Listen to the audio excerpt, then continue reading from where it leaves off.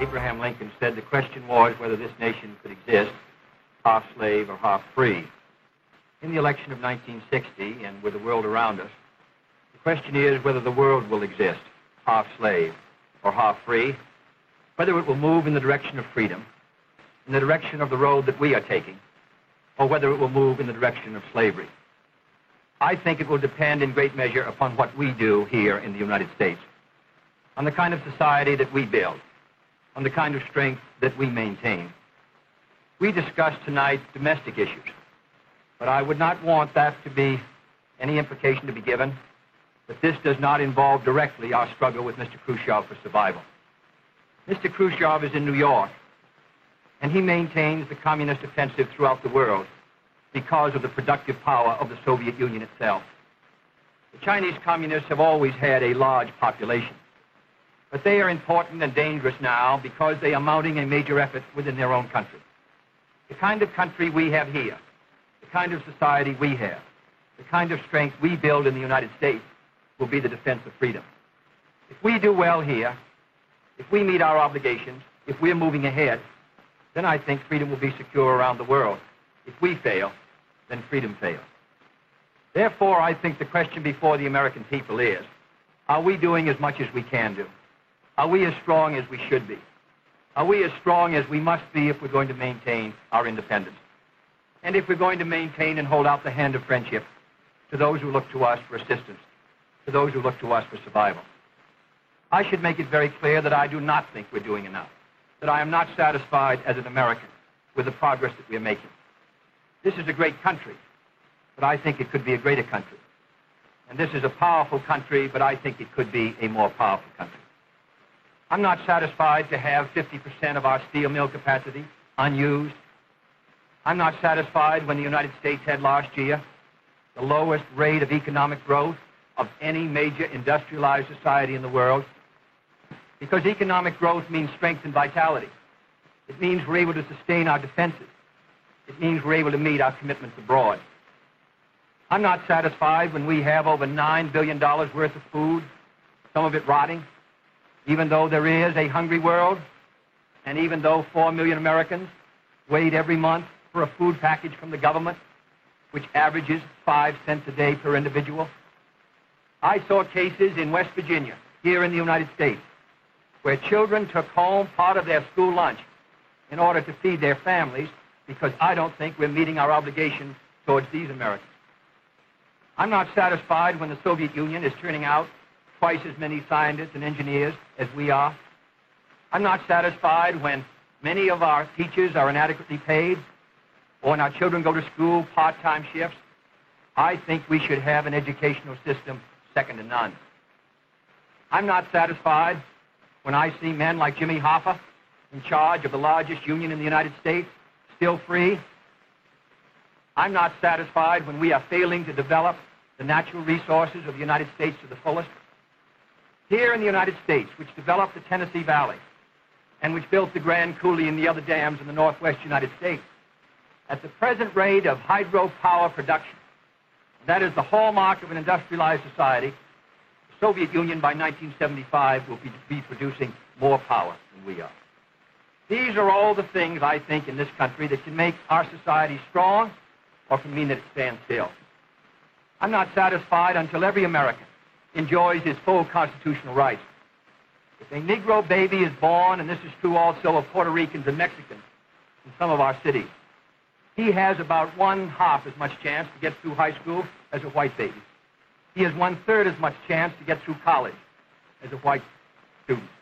He has about 1/3 as much chance to be a professional man, about 1/2 as much chance to own a house. He has about 4 times as much chance that he'll be out of work in his life as the white baby. I think we can do better. I don't want the talents of any American to go to waste.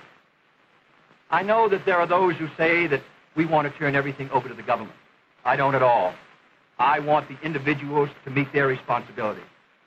And I want the states to meet their responsibilities. But I think there is also a national responsibility. The argument has been used against every piece of social legislation in the last 25 years. The people of the United States individually could not have developed the Tennessee Valley. Collectively, they could have. A cotton farmer in Georgia, or a peanut farmer, or a dairy farmer in Wisconsin or Minnesota, he cannot protect himself against the forces of supply and demand in the marketplace, but working together in effective governmental programs, he can do so. 17 million Americans who live over 65 on an average Social Security check of about $78 a month. They're not able to sustain themselves individually, but they can sustain themselves through the Social Security system. I don't believe in big government, but I believe in effective governmental action. And I think that's the only way that the United States is going to maintain its freedom. It's the only way that we're going to move ahead. I think we can do a better job. I think we're going to have to do a better job if we are going to meet the responsibilities which time and events have placed upon us. We cannot turn the job over to anyone else. If the United States fails, then the whole cause of freedom fails. And I think it depends in great measure on what we do here in this country. The reason Franklin Roosevelt was a good neighbor in Latin America was because he was a good neighbor in the United States. Because they felt that the American society was moving again. I want us to recapture that image. I want people in Latin America and Africa and Asia to start to look to America, to see how we're doing things, to wonder what the President of the United States is doing, and not to look at Khrushchev or look at the Chinese communists. That is the obligation upon our generation. In 1933, Franklin Roosevelt said in his inaugural that this generation of Americans has a rendezvous with destiny. I think our generation of Americans has the same rendezvous. The question now is, can freedom be maintained under the most severe attack it has ever known? I think it can be. And I think in the final analysis, it depends upon what we do here. I think it's time America started moving again. And now the opening statement by Vice President Richard M. Nixon. Smith, Senator Kennedy. The things that Senator Kennedy has said, many of us can agree with. There is no question but that we cannot discuss our internal affairs in the United States without recognizing that they have a tremendous bearing on our international position.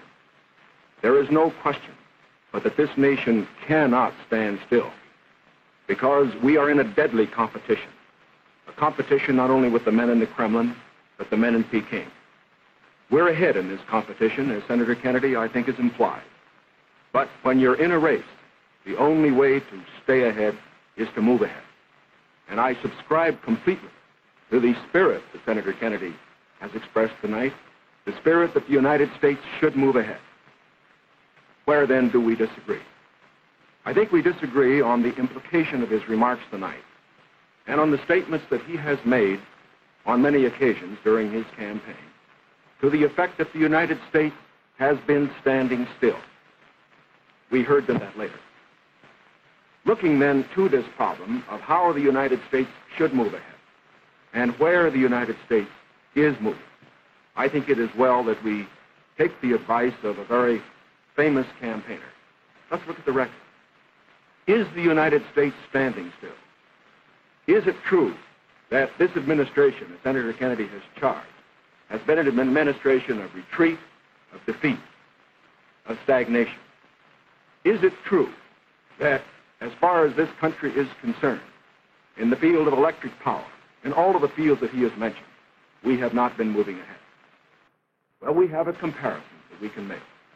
We have the record of the Truman administration of 7.5 years and the 7.5 years of the schools. We have built more schools in these last 7.5 years than we built in the previous 7.5, for that matter, in the previous 20 years. Let's take hydroelectric power. We have developed more hydroelectric power in these 7.5 years than was developed in any previous administration in history. Let us take hospitals. We find that more have been built in this administration than in the previous administration. The same is true of there's been more growth in this administration than in its predecessor. But let's not put it there. Let's put it in terms of the average family. What has happened to you? We find have gone up 5 times as much in the Eisenhower administration as they did in the Truman administration. What about the prices you pay? We find that the prices you pay went up 5 times as much in the Truman administration as they did in the Eisenhower administration. what's the net result of this? This means that the average family income went up 15% in the Eisenhower years as against 2% in the Truman years. Now, this is not standing still. But, good as this record is, may I emphasize, it isn't enough. A record is never something to stand on. It's something to build on. And in building on this record, I believe that we have the secret for progress. We know the way to progress. And I think, first of all, our own record proves that we know the way. Senator Kennedy has suggested that he believes he knows the way.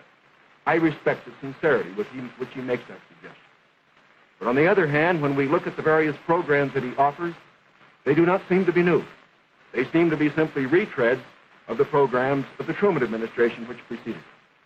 And I would suggest that during the course of the evening he might indicate those areas in which his programs are new, where they will mean more progress than we have then.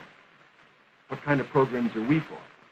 We are for programs that will expand educational opportunities, that will give to all Americans their equal chance for education, for all of the things which are necessary and dear to the hearts of our people. We are for programs, in addition, which will see that our medical care for the aged is much better handled than it is at the present time.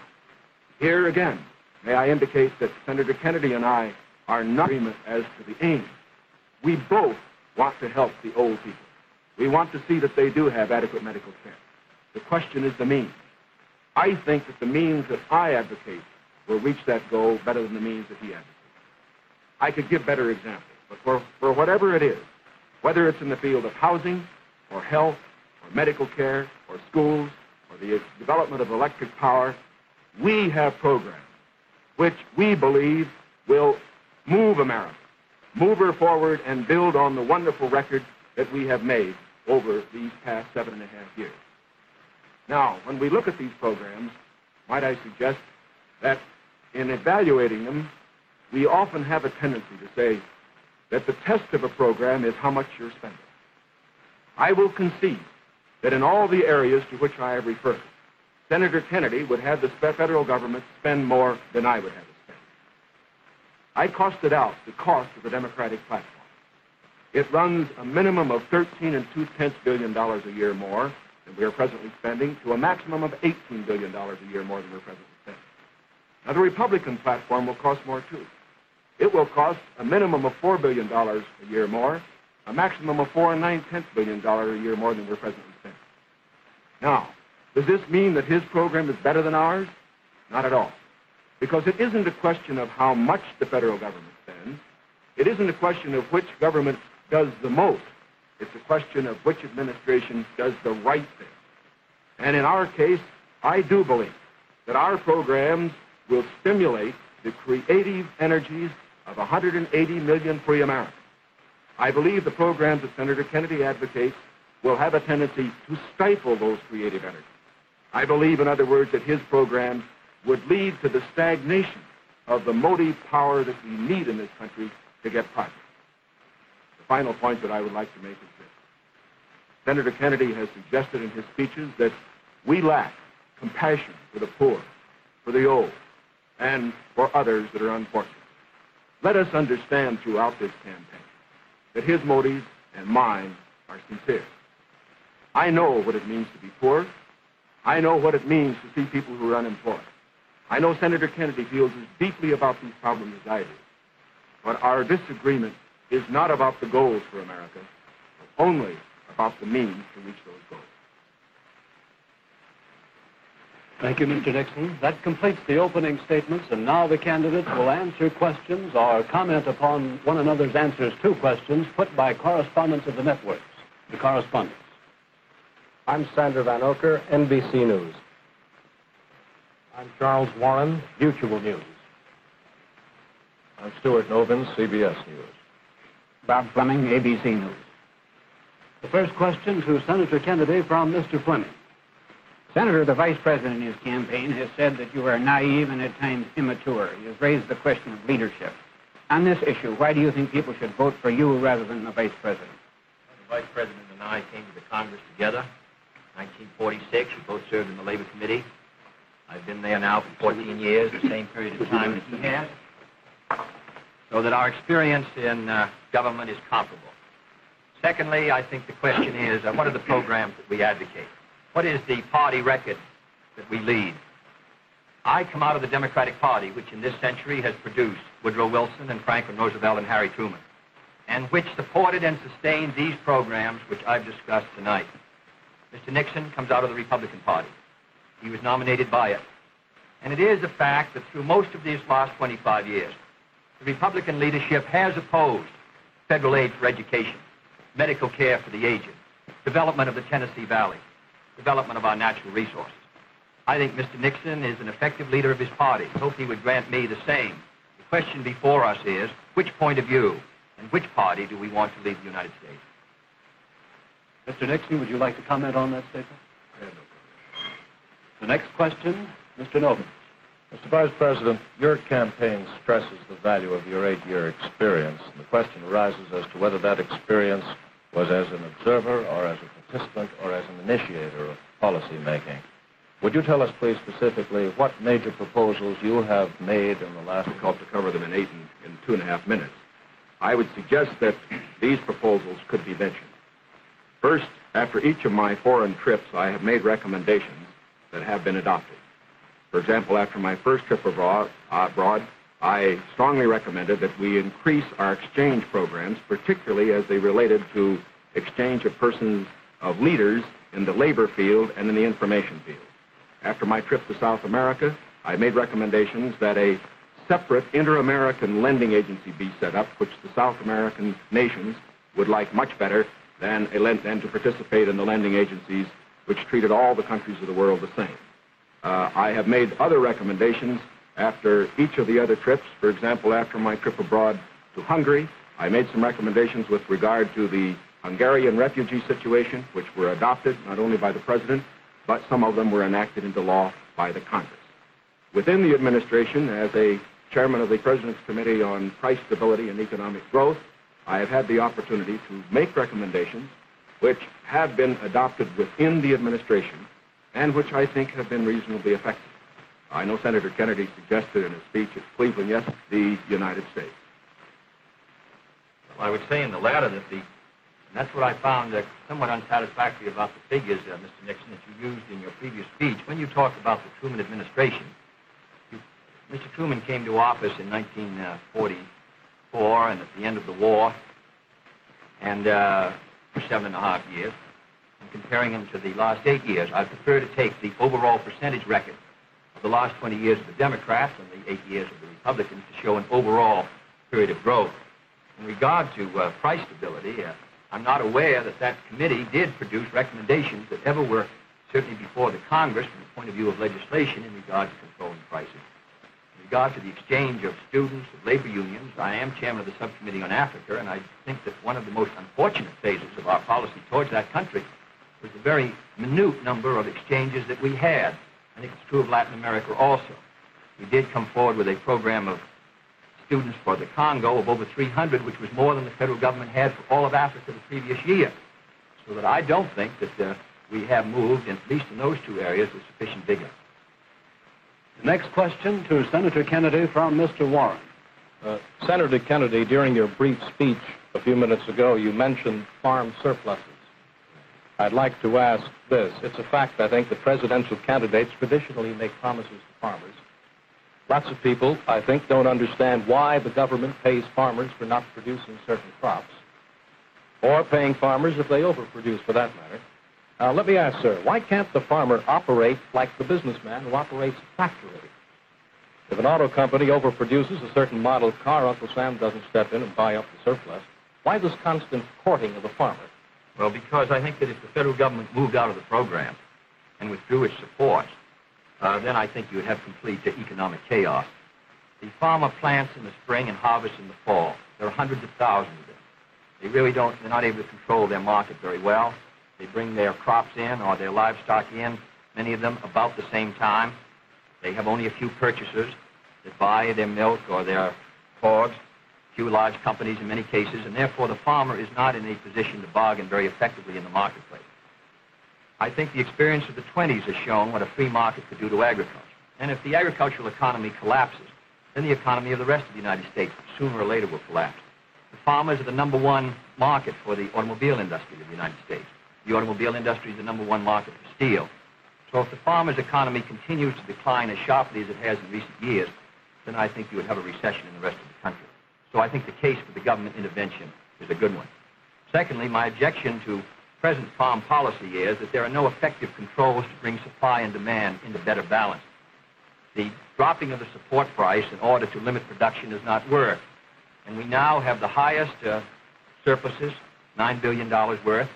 We've had a higher tax load from the Treasury for the farmer in the last few years with the lowest farm income in many years.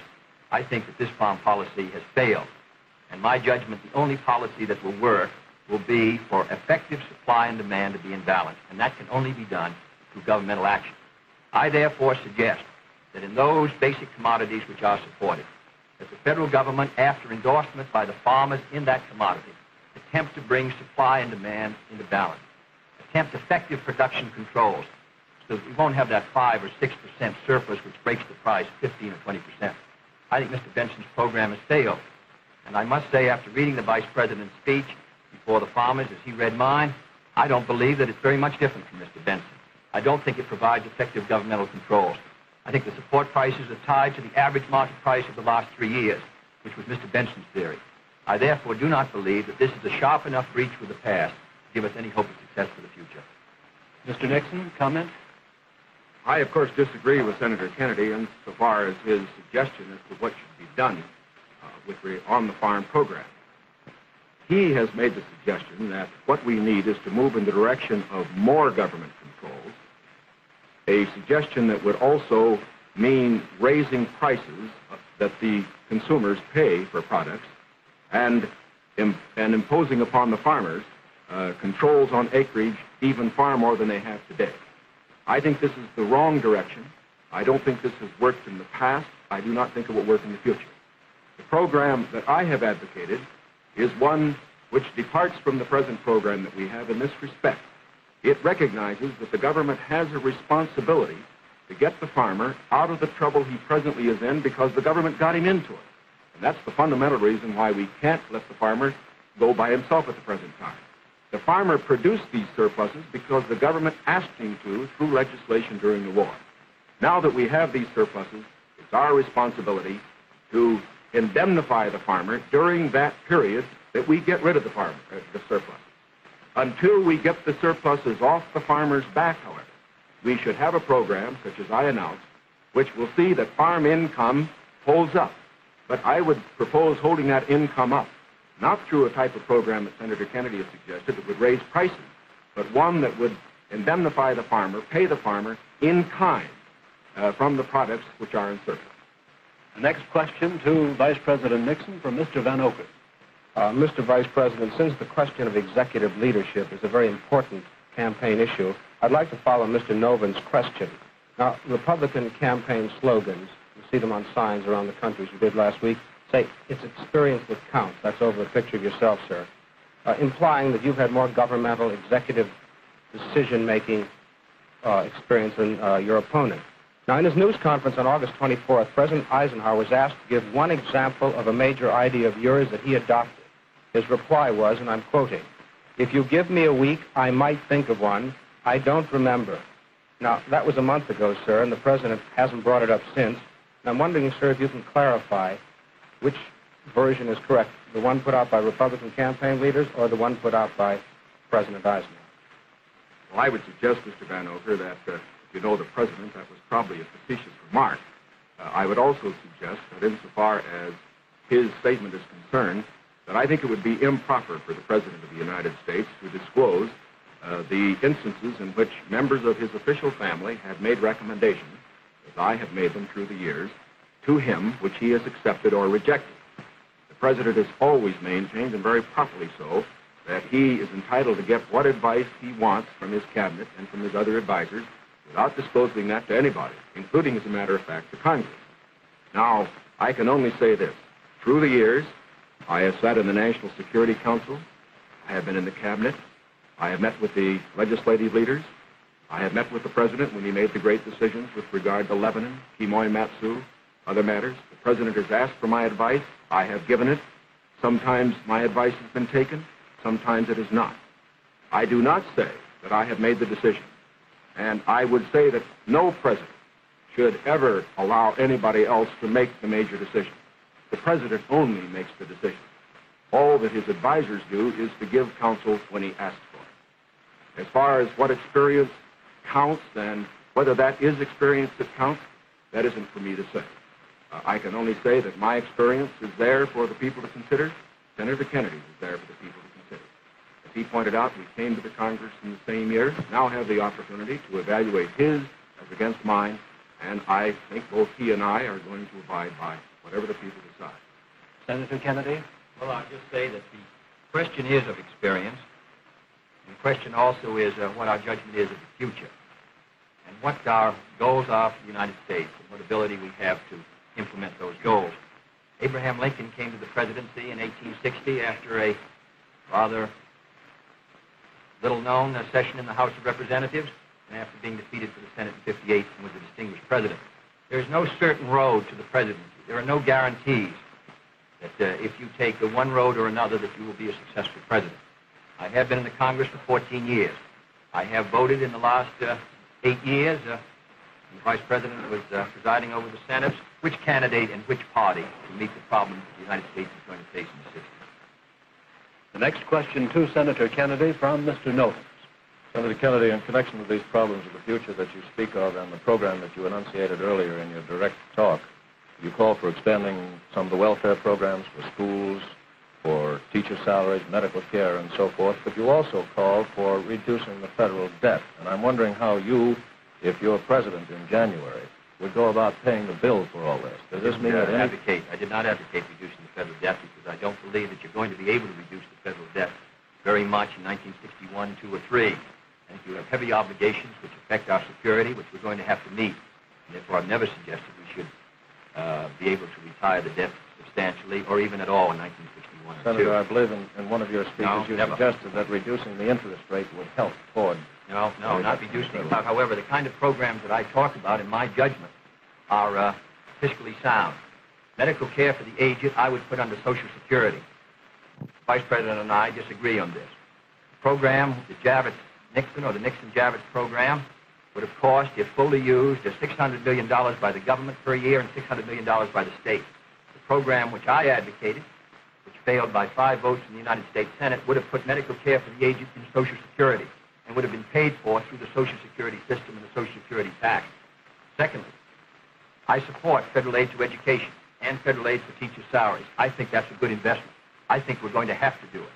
And I think to heap the burden further on the property tax, which is already strained in many of our communities, will ensure, in my opinion, that many of our children will not be adequately educated and many of our teachers not adequately compensated. There is no greater return to an economy or to a society than an educational system second to none. On the question of the development of natural resources, I would pay as you go, in the sense that they would be balanced and the power revenues would bring back sufficient money to finance the projects, in the same way as the Tennessee will be for us all. It faces all Republicans and all Democrats is, can freedom in the next generation conquer, or are the communists going to be successful? That's the great issue.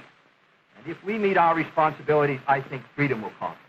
If we fail to move ahead, if we fail to develop sufficient military and economic and social strength here in this country, then I think that the tide could begin to run against us. And I don't want historians 10 years from now to say, these were the years when the tide ran out for the United States. I want them to say, these were the years when the tide came in. These were the years when the United States started to move again. That's the question before the American people, and only you can decide what you want this country to be, what you want to do with the future. I think we're ready to move. And it is to that great task, if we're successful, that we will address ourselves. Thank you very much, gentlemen. This hour has gone by all too quickly. Thank you very much for permitting us to present the next President of the United States on this unique program. I've been asked by the candidates to thank the American networks and the affiliated stations for providing time and facilities for this joint appearance. Other debates in this series will be announced later and will be on different subjects. This is Howard K. Smith Good night from Chicago. Good evening, everyone, and welcome to the Arts Club of Chicago. We'd like to thank Illinois Humanities and especially Paul DeRica for co-producing this reenactment with us on the occasion of the Illinois Bicentennial. I want to thank all the participants tonight, those who knew they were going to participate and those who have agreed to. Founded in 1916, the Arts Club of Chicago is a not-for-profit exhibition space and members organization. On our ground floor and in our garden, we host exhibitions by local and international artists as we have since our founding. We hope you will stay posted on our activities and our openings and come back often. Tonight's program, as you heard, is being recorded for CAN TV and will be simulcast on Lumpen Radio. So please, please make sure you turn off your cell phones. That's right, you can do it right this minute. It is my great thrill tonight to pass the floor to Newton Minow, a key player in the establishment of the presidential debate as an essential aspect of the American campaign process. When he was aide to Illinois Governor Adlai Stevenson in 1956, he proposed a, quote, nationwide joint discussion to be had between candidates. The idea took hold with the first televised presidential debate between Richard Nixon and John F. Kennedy in 1960 right here in Illinois. Minow was then named chairman of the Federal Communications Commission by President Kennedy and served as co-chair of the League of Women Voters later. He helped to found the Commission on Presidential Debates, which he continues to serve on. One final accomplishment that I'll take time to mention is the Medal of Freedom that he was given by President Obama in 2016. So it's such an honor to have him to preside over our event this evening as an esteemed guest. Please join me in welcoming Newton Minow to the Arts Club stage.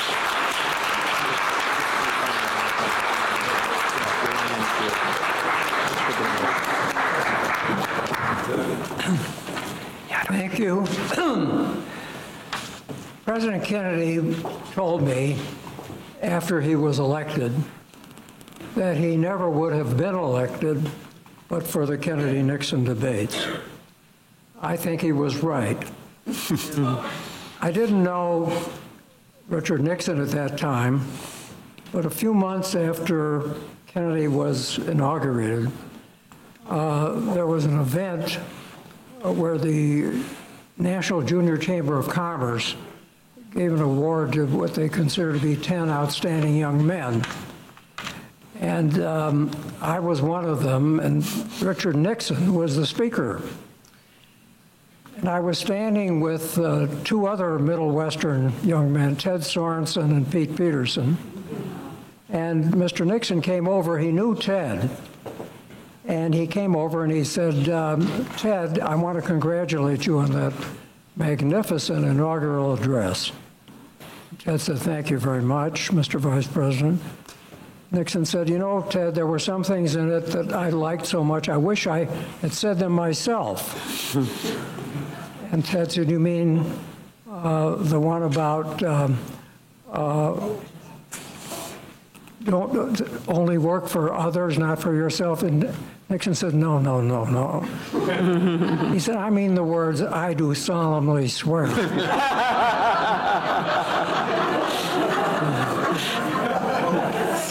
So Nixon did have a sense of humor. Once you're done. I never saw Nixon again until 1966, when he was campaigning during the midterm elections. He was really trying to get support in the Republican Party to again run for president. And he came to Chicago, and he was on an interview program at Channel 2 in Chicago. And the program director of Channel 2 called me, and he said, we want to be sure we have a Democrat on with Nixon. Would you come over and be in the interview? And I said, of course. And I came over to the studio, and I realized we were in the same studio, the same exact studio where Nixon had debated Kennedy. And I said to Mr. Nixon, I said, do you remember this studio? And he grabbed my arm. I still feel it because he do you think I'd ever forget? I saw him several times later when we organized the debates with the Commission on Presidential Debates. And then the last time I saw him was when he came to Chicago. This was after he had been impeached. And he spoke at the Economic Club. And there was a reception ahead of time, and I went to it. And he recognized me, and he said, "What did you think of my comments to you when you organized the Commission on Presidential Debates?" So he had an intense interest in the debates.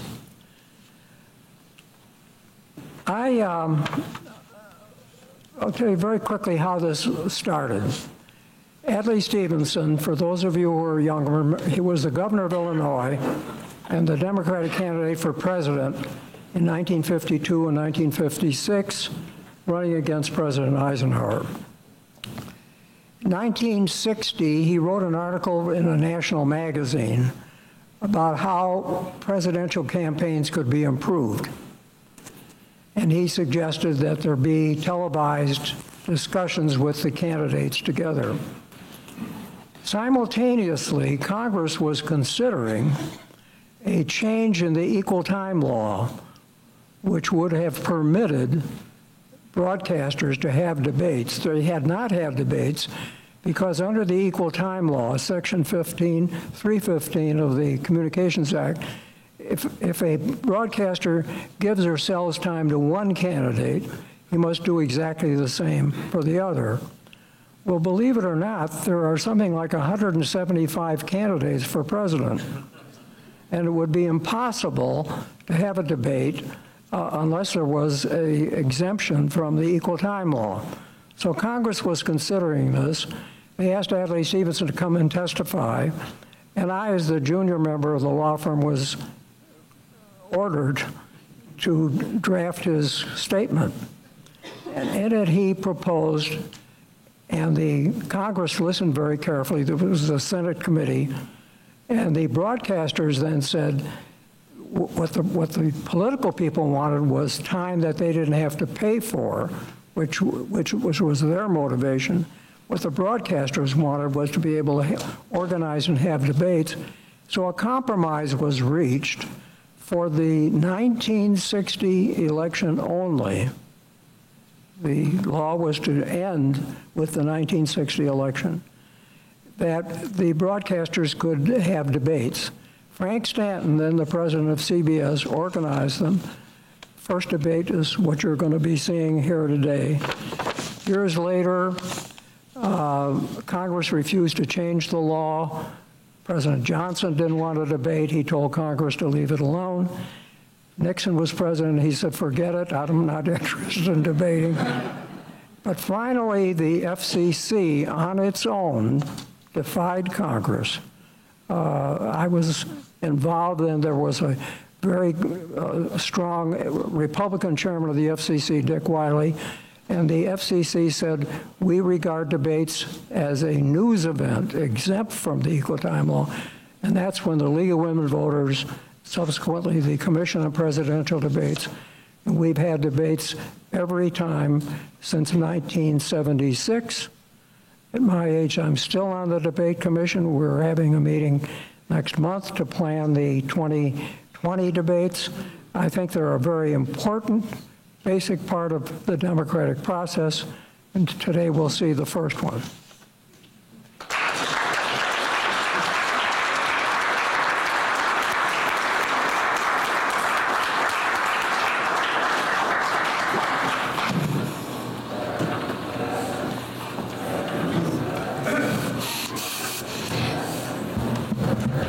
Good evening, and welcome to CBS Studios, as imitated by the Arts Club of Chicago. For those of you reading as Mr. Nixon or Mr. Kennedy, please observe the following short instructional display. You will have received a name tag from a debate representative reading Nixon or Kennedy and followed by a number. You will have also received a script. When prompted by the debate representative, you approach the left side of the stage with script in hand. Enter stage right, follow the debate representative, Pass the costume rack where you will have selected your appropriate coat and tie during the commentary period and after your predecessors have exited the stage. After donning your coat and tie, take your seat on stage until a question is directed to you by one of the commentators. Read the script in bold in the character of your candidate at the podium. Once you have completed the scripted material, walk behind the moderator's desk after finishing your reading and exit the side of the stage on which you entered and return your coat and tie to the costume rack. Thank you, Jenna.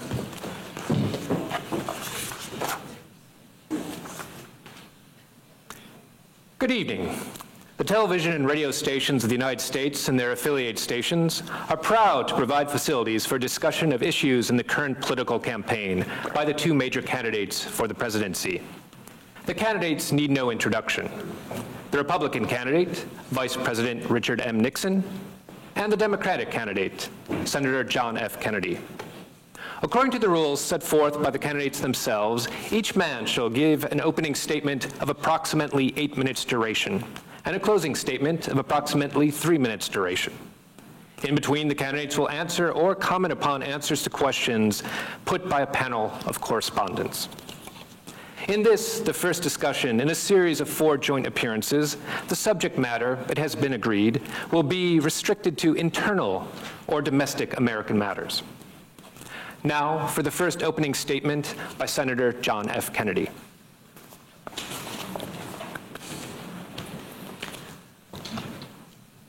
Mr. Smith, Mr. Nixon,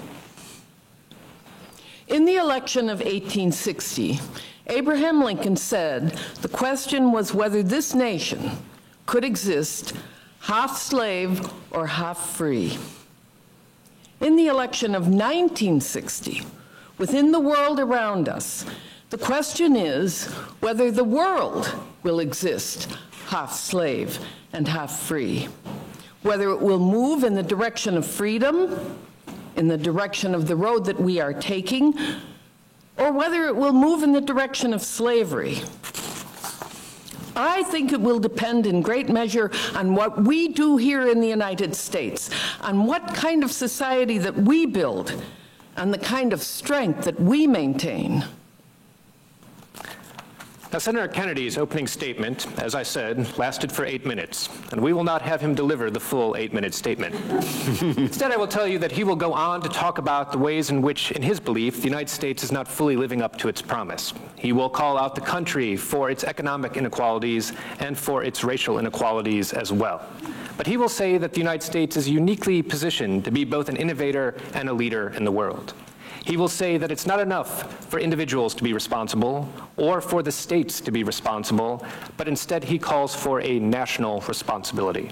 Senator Kennedy. In 1933, Franklin Roosevelt said in his inaugural that this generation of Americans has a rendezvous with destiny. I think our generation of Americans has the same rendezvous. The question now is, can freedom be maintained under the most severe attack it has ever known? I think it can. And I think in the final analysis, it depends upon what we do here. I think it is time for America to start moving again. And now the opening statement by Vice President Richard M. Nixon. Mr. Smith, Senator Kennedy, the things that Senator Kennedy has said, many of us can agree with. There is no question that we cannot discuss our internal affairs in the United States without recognizing that they have tremendous bearing on our internal positions, international positions. There is no question but that this nation cannot stand still because we are in a deadly competition, a competition not only with the men in the Kremlin, but the men in Peking. We are ahead in this competition, as Senator Kennedy, I think, has implied, But when you are in a race, the only way to stay ahead is to move ahead. I subscribe completely to that spirit Senator Kennedy has expressed. The spirit of that the United States should move ahead. Where, then, do we disagree? Where indeed do they disagree? As pleasurable as it might be to listen to Richard Nixon for 8 minutes straight, I will now provide a brief summary of his comments. Not surprisingly, he talks about the accomplishments of the Eisenhower administration, of which he was a member. He talks about the schools that were built, about the hydroelectric dams that were built. And then he says it's not that the Republican administration has been spending less money on government programs, but it's been spending the money better. Vice President Nixon. The final point that I'd like to make is this. Senator Kennedy has suggested in his speeches that we lack compassion for the poor, for the old, for others that are unfortunate. Let us understand throughout this campaign that his motives and mine are sincere. I know what it means to be poor. I know what it means to see people who are unemployed. I know Senator Kennedy feels as deeply about these problems as I do. But our disagreement is not about the goals for America, but only about the means to reach these goals. Thank you, Mr. Nixon. That completes the opening statements. And now the candidates will answer questions or comment upon one another's answers to questions put by correspondents of the network. If the correspondents can introduce themselves. I'm Laura Washington, Chicago Sun-Times. I'm Jesse Malmed, University of Illinois at Chicago. I'm Walter J. Podrazik, also the University of Illinois at Chicago, and at the Museum of Broadcast Communication in Chicago, where we have on display one of the cameras from that debate, one of the CBS studio cameras on permanent display. First question goes to you, Mr. Podrazik. Why did CBS Studios host this first debate? And why was it held in Chicago? It's important to remember that CBS was the hosting network, but all of the networks carried this debate. They simply drew lots, in effect, and CBS won to be the hosting location. That is, its studios would be where the debate would take place. But all three of the networks had major representation here in Chicago: ABC, CBS, and NBC, and that, by the way, is it. We're talking about an era in which three networks, that was it. And so they were all ready to step in and basically show off. But CBS won that particular draft. Why Chicago? I think, referring back to Minno's remarks, that I think there was probably a respect for CBS and Frank Stanton and being the driving force behind moving that forward. So this was a nice showplace for doing that. Midwest worked for everybody, and it was known that New York, Los Angeles, and Chicago, the big three markets, were going to be the places where the debates would be staged. Washington, D.C. was also in there for obvious political reasons, and so it was going to happen in those places, and it started in Chicago.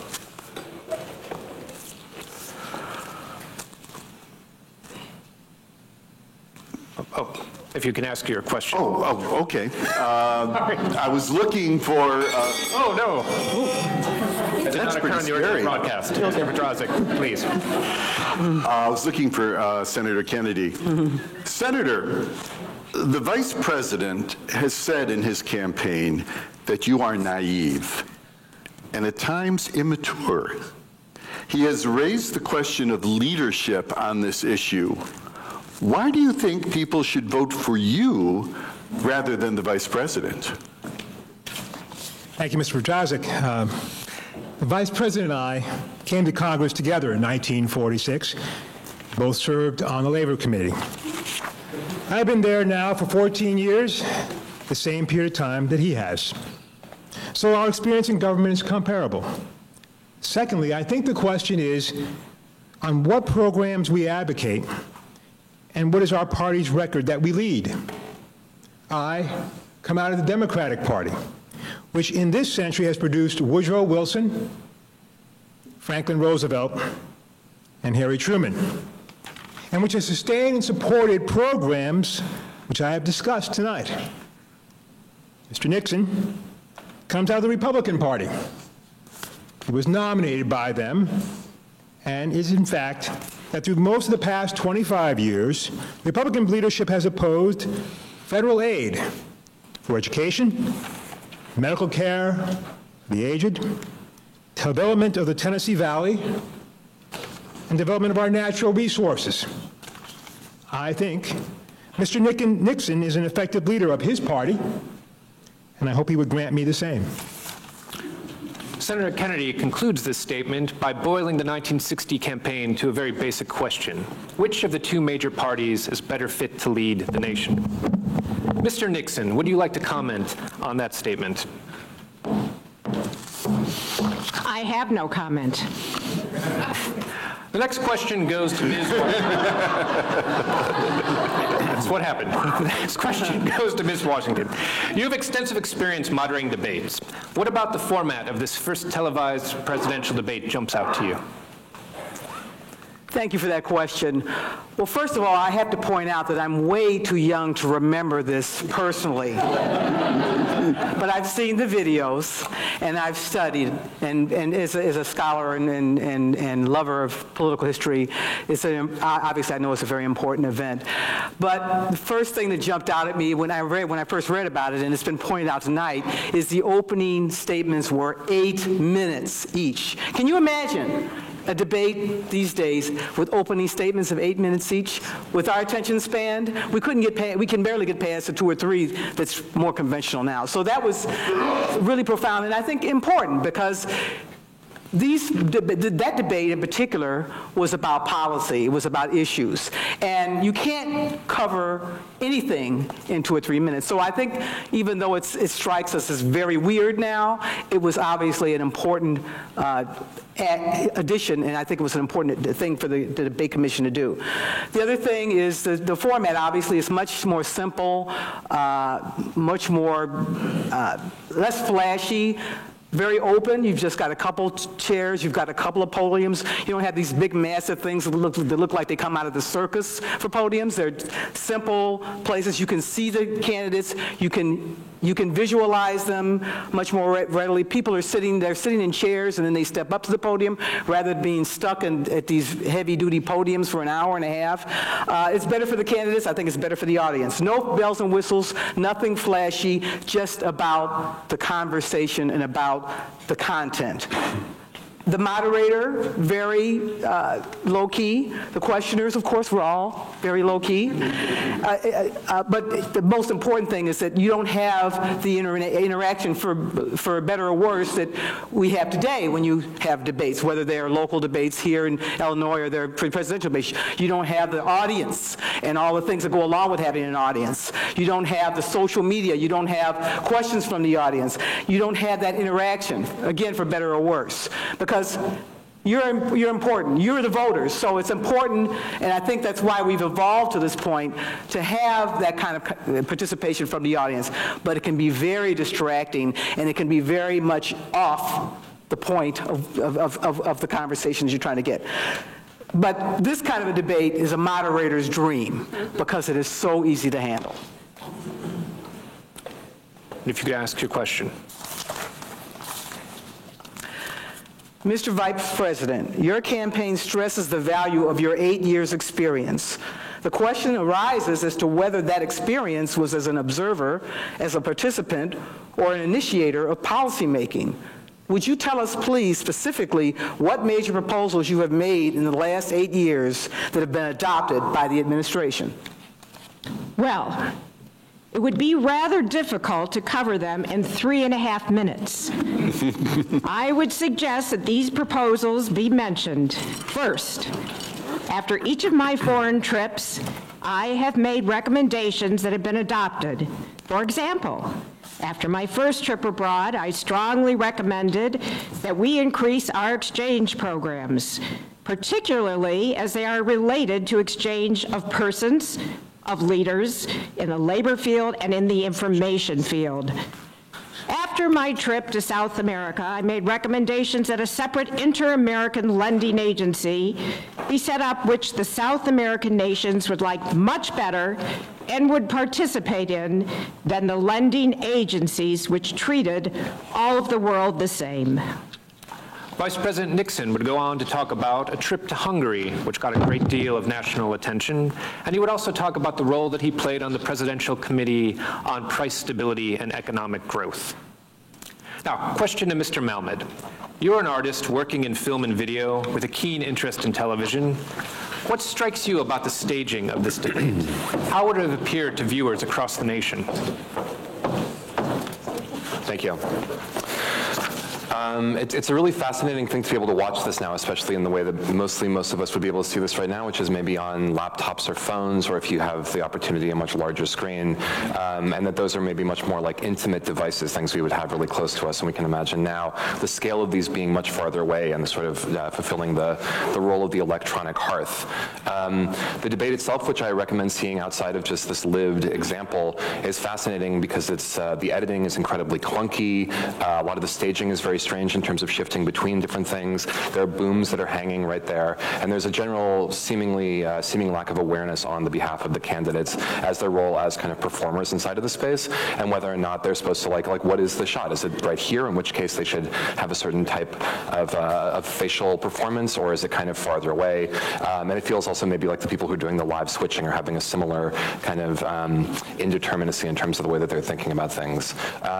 It's a really it's an interesting thing to watch. And part of it also is that there is a way that there's, it's clunky and a little bit quaint in some ways, but there's also, that comes with that, as I think was referred to even in terms of the various like formal elements of it, in terms of duration, there's a way that gives it a certain type of gravitas, and it feels very different other things. One of the other strange things that I'll just say also is that there's a lot of kind of cutting back and forth that doesn't seem to necessarily follow the logic that we might be able to assume would be a part of a debate at this moment. And in so doing, that's kind of the moments when we get to see what would function essentially as like reaction shots, and that's a little bit, I think, of what will be alluded to later in terms of the way that their performance has impacted their performances electorally. Senator Kennedy, during your brief speech a few moments ago, you mentioned farm surpluses. I would like to ask this. It is a fact, I think, the presidential candidates traditionally make promises to farmers. Lots of people, I think, don't understand why the government pay farmers for not producing certain crops, or paying farmers if they overproduce, for that matter. Let me ask, sir, why can't the farmer operate like the businessman who operates a factory? If an auto company overproduces a certain model car, Uncle Sam doesn't step in and buy up the surplus. Why the constant courting of the farmer? Well, because I think if the federal government moved out of the program and withdrew its supports, then I think you would have complete economic chaos. The farmer plants in the spring and harvests in the fall. There are hundreds of thousands of them. They are not able to control their market very well. They bring their crops in or their livestock in, many of them about the same time. They have only a few purchasers that buy their milk or their hogs, a few large companies in many cases, and therefore the farmer is not in a position to bargain very effectively in the marketplace. Kennedy goes on to describe the 1920s as a time when regulations were desperately needed. He talks about the need to bring supply and demand in better balance, and then he also talks about the automotive industry and how that industry counts the farmer as one of its principal clients. Mr. Nixon, any comments?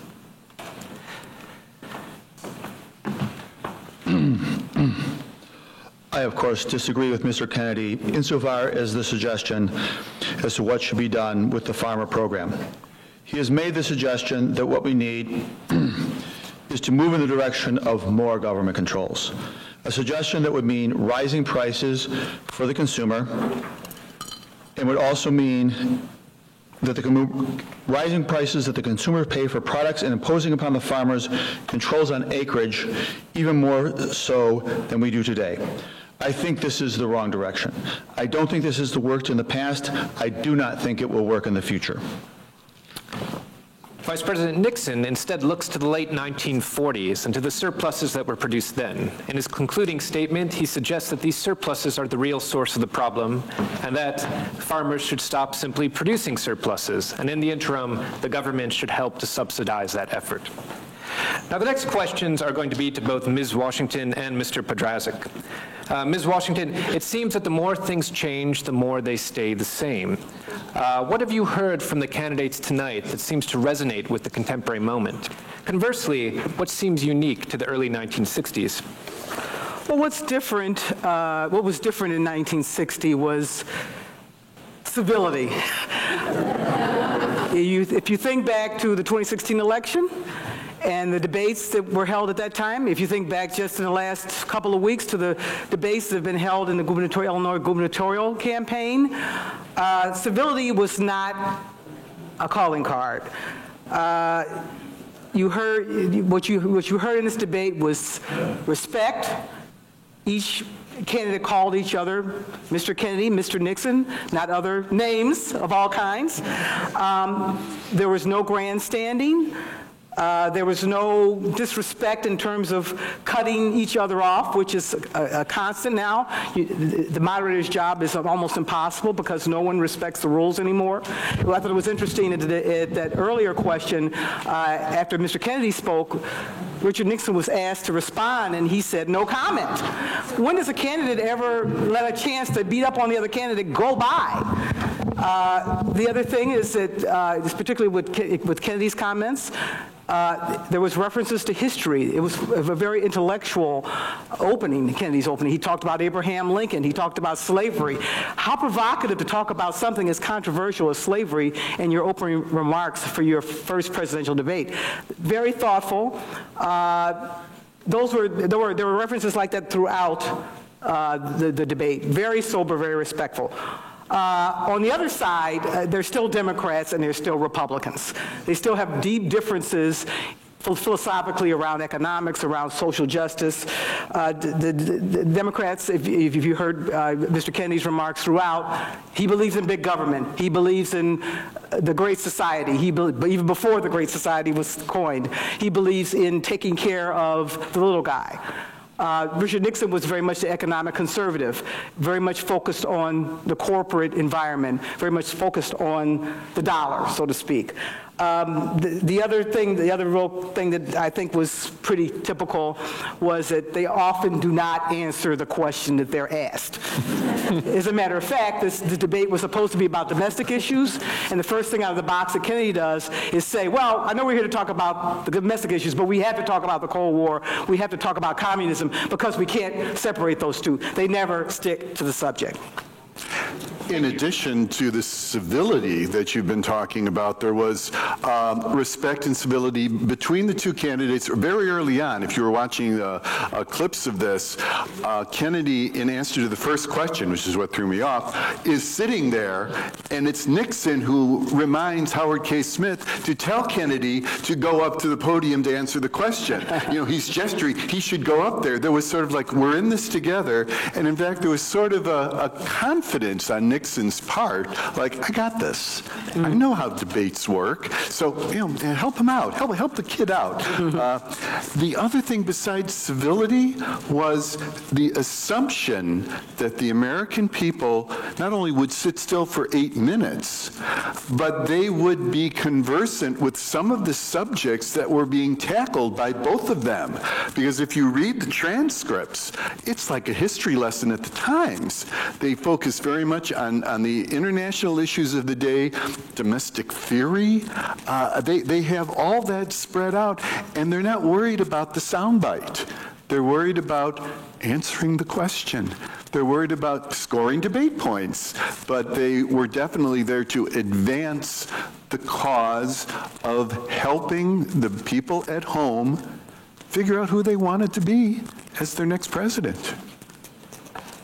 And to build upon that, Mr. Podrazik, and first, I'm sorry that my accent is all over the place. I'm trying to keep my Louisiana lilt in check here. Mr. Podrazik, who would have been watching back in September of 1960? Would the farmers have been tuning in? Would it have been a predominantly urban audience? Like, where was viewership the highest? everyone would have been watching. This comes back to two things. One is this was an election in which there was no incumbent, and so there was tremendous interest. If you think back recently to 2016, that set a record in terms of the viewership, modern viewership for debates, because you had no incumbent. So people are saying, who are these people? I want to make my intelligent decision on who I want to cast my vote for. The other thing is they didn't have any choice. There were three networks, ABC, CBS, and NBC. All of them were committed to carrying the debate.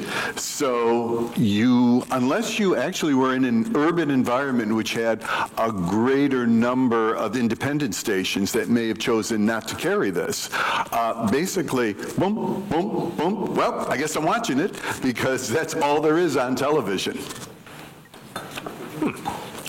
So the debate continued, with the candidates discussing interest rates, natural resources, health care, and price controls, among other topics. Our next question goes to Mr. Malmed. Now, the often repeated story is that for those who were watching the debate on television, Mr. Kennedy won, while for those who were listening to the debate on radio, Mr. Nixon won. And as was mentioned earlier, we are broadcasting this on both the radio and the television this evening. Now, Mr. Malmed, is that a fair assessment? Was Kennedy really that much better on television? Was Nixon really that bad?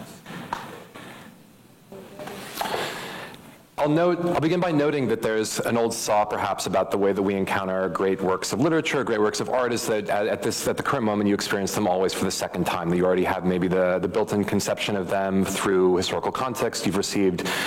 You've watched The Simpsons, you've read, you've done a crossword puzzle. Whatever the thing is, you're already seeing it for the second time. And I would say that the same thing can be said for, let's call this like great works of political theater. And so for somebody who is slightly younger than this debate maybe came out, this was something that I was very much aware of, the sort of the way it was described, that there was this way that television had kind of triumphed over radio. In this moment, Kennedy was the televisual candidate. And so it was interesting then to watch it, not just in terms of like hearing the sort of historical saws and seeing maybe small clips of it, but watch the entire thing and watch it in the way that it would have been watched at the time, straight through, a little bit of trepidation, knowing that I would have to talk about it just like audience members would have at the time. No. But so it was really kind of fascinating to be able to do that and to see then how we sort of think about these things and which of the sort of cliches held true and which felt like they maybe had been exaggerated. And I would say that it feels exaggerated. Kennedy is both, he's charming and he's handsome, but he's not as charming or as handsome as the way that I kind of expected in hearing about this. The way that it was described previously, I thought perhaps he would be wearing a tuxedo and he would be sort of gallivanting around. And he's in black and white also. And Nixon is not the Nixon that maybe I anticipate when thinking about Richard Nixon. He's not the sort of like Philip Guston caricature, the corpulent, sweaty, just like oozing corruption self that he became many years later. It's also 1960 for him. And so he's much younger and he looks better. He is sweaty, and there's something about like the tube technology and the electronic signal of the time that doesn't make that look excellent. But I'd say that more than that Kennedy was so good or that Nixon was so bad, it was maybe more variation of degree that he was better. He was a bit better, certainly. And that Nixon was worse, but not in the kind of polarity that we've seen. And I think that is also fed by the strange historical conception that we all have now of having then experienced them for so many years later. This is not somebody who the loser then went away. We can also picture them as president and all the other sort of like televisual information that we have about both of them. And part of that also is that one person extended their lives another 20 years past, maybe even their lowest point somehow, and another was struck down in their prime. And so I think that those sort of like historical conditions definitely shape the way that we're thinking about them and the way that they existed televisually at the time. Mr. Vice President, you mentioned schools. It was just yesterday, I think, you asked for a crash program to raise educational standards. And this evening you talked about advances in education. Mr. Vice President, you said, it was back in 1957, that salaries paid to school teachers were nothing short of a national disgrace. Higher salaries for teachers, you added, were important, and if the situation wasn't corrected, it would lead to a national disaster. Yet, you refused to vote in the Senate in order to break a tie vote when that single vote, if it had been yes, would have granted salary increases to teachers. I wonder if you could explain that, sir. I'm awfully glad to get this question because, as you know, my other question wasn't able to complete the argument. I think the reason that I voted against having the federal government pay teachers' salaries was probably the very reason that concerned Senator Kennedy when in January of this year, in his kickoff press conference, he said that he favored aid for school construction, but at that time did not feel that there should be aid for teachers' salaries. At least that is the way I read his remark. Now, why should there be any question about the federal government aiding teachers' salaries? Why did Senator Kennedy take that position? Why do I take it now? We both took it then, and I take it now for this reason. We want high teachers' salaries. We need higher teachers' salaries. But we also want our education to be free of federal control. Now, Vice President Nixon will go on to state that the reason why he favors the federal government not providing salaries for teachers is because that will then set the conditions for the federal government also determining teacher practice. He will also state that if more funding is provided for school construction, that will then free the states to apply more to teacher salaries. And finally, as he concludes his remark, he'll note that over the 8 years of the Eisenhower administration, teachers' salaries had increased by 50%. Senator Kennedy, comment.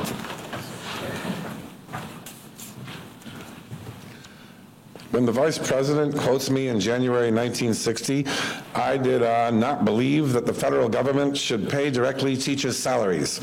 But that was not the issue before the Senate in February. The issue before the Senate was the money would be given to the states. The states could then determine whether that money should be spent for school construction or teachers' salaries. On that question, the Vice President and I disagreed. I voted in favor of that proposal, and I supported it strongly because I think that provided assistance to our teachers for their salaries without any chance of federal control. And it is on that vote that Mr. Nixon and I disagreed, and his tie vote his breaking the tie defeated the proposal. Thank you.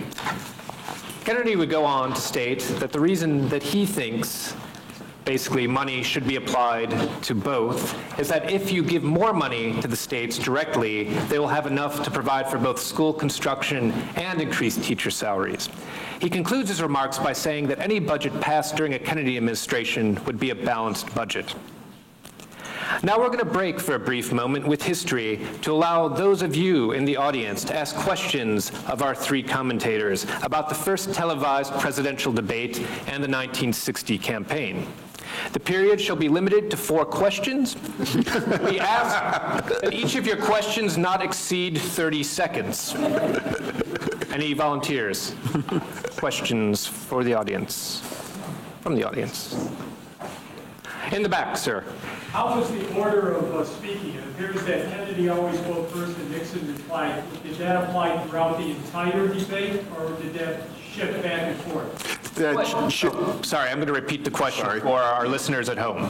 The question was, how was the order determined? Was it consistent throughout the debate? Was it determined beforehand? Or did they alternate in terms of who answered which question first? Mr. Podrazik.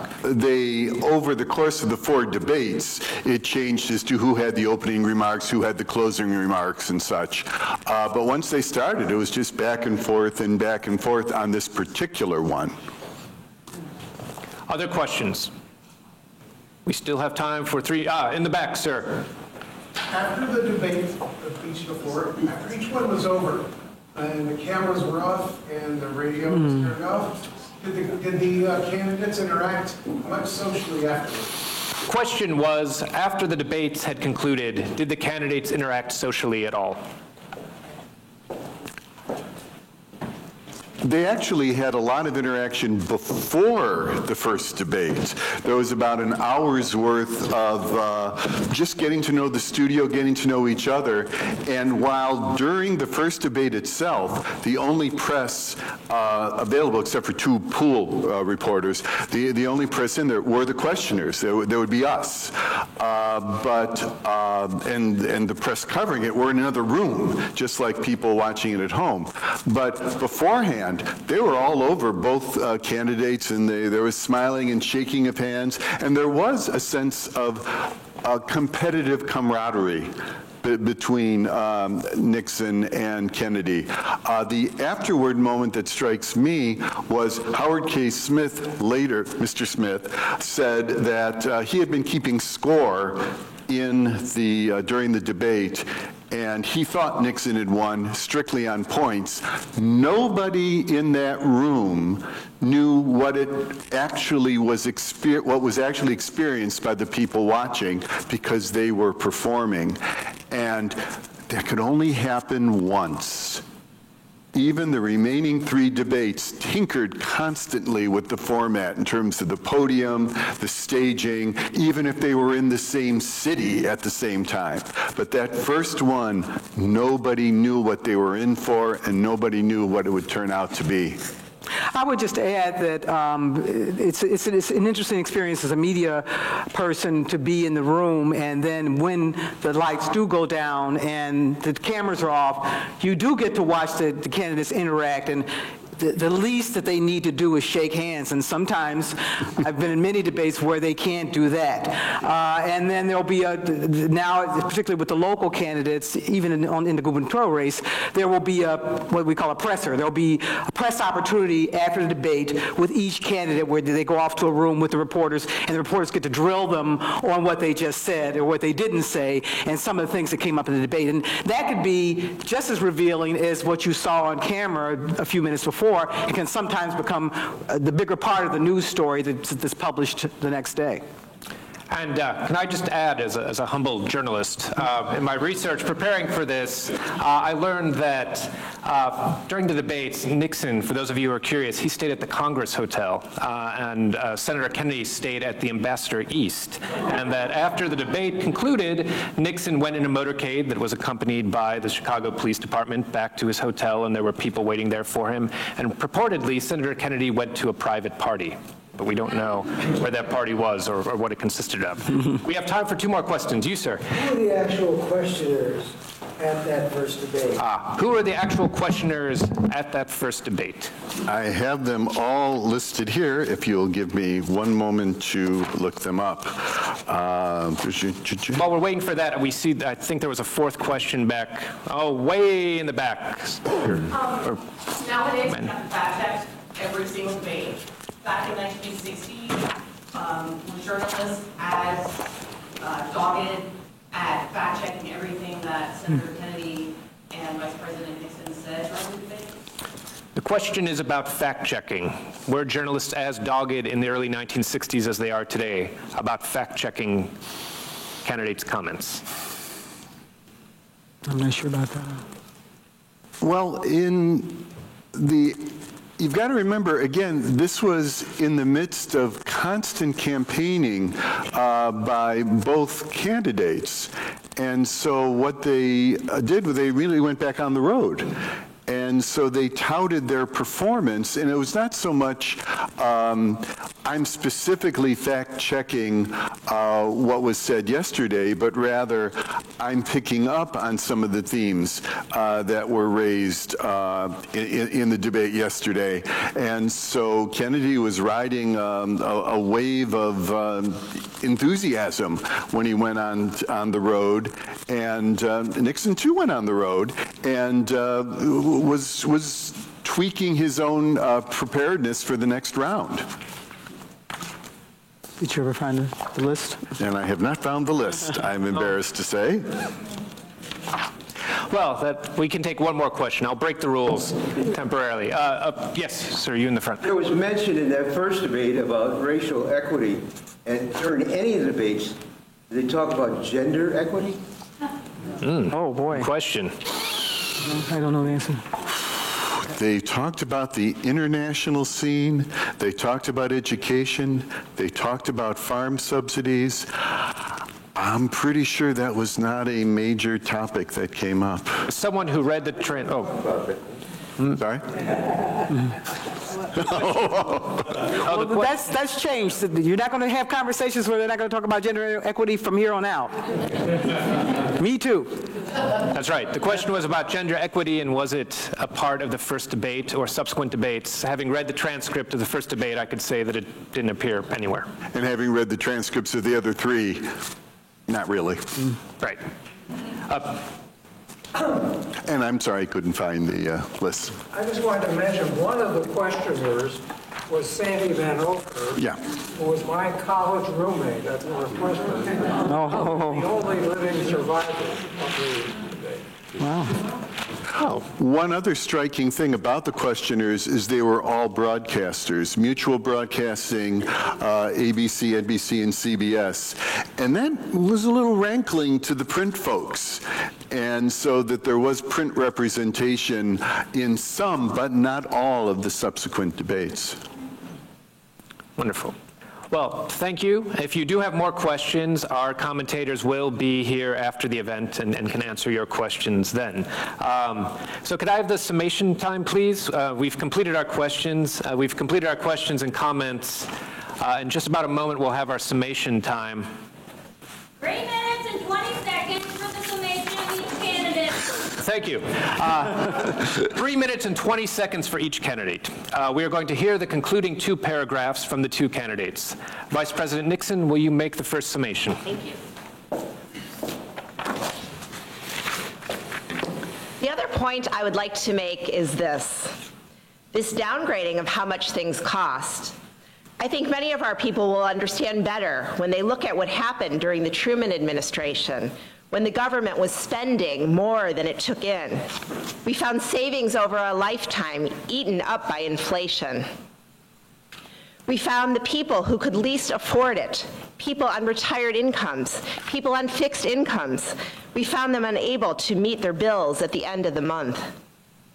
It is essential that a man who is president of this country certainly stand for every program that will mean growth. And I stand for every program that will mean growth. And I stand for programs that will mean growth and progress. But it is essential that he not allow a dollar spent that could be better spent by the people themselves. Senator Kennedy, your conclusion. Thank you, Mr. Smith. I don't want historians 10 years from now to say, these are the years when the tide ran out against the United States. I want them to say, these are the years when the tide came in. These are the years when the United States started to move again. That is the question before the American people. And only you can decide what you want this country to be, what you want to do with the future. I think we are ready to move, and it is to that great task, if we are successful, that we address ourselves. Thank you.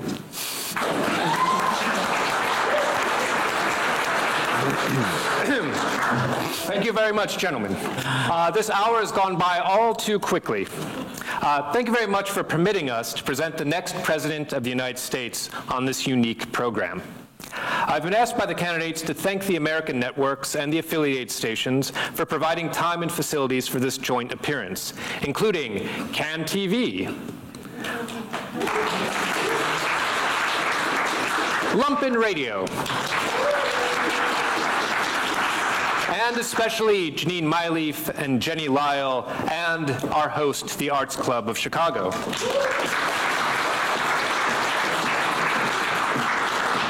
I'd also like to thank our set designers, Tim Dashnaw and Kenneth Morrison,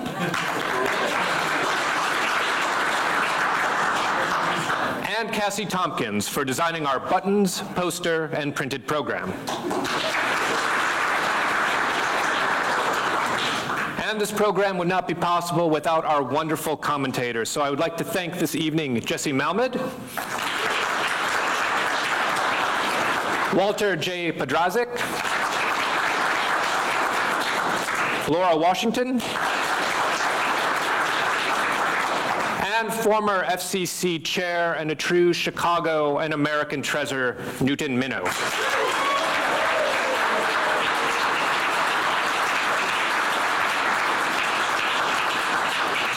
This is a very poor man's Howard K. Smith.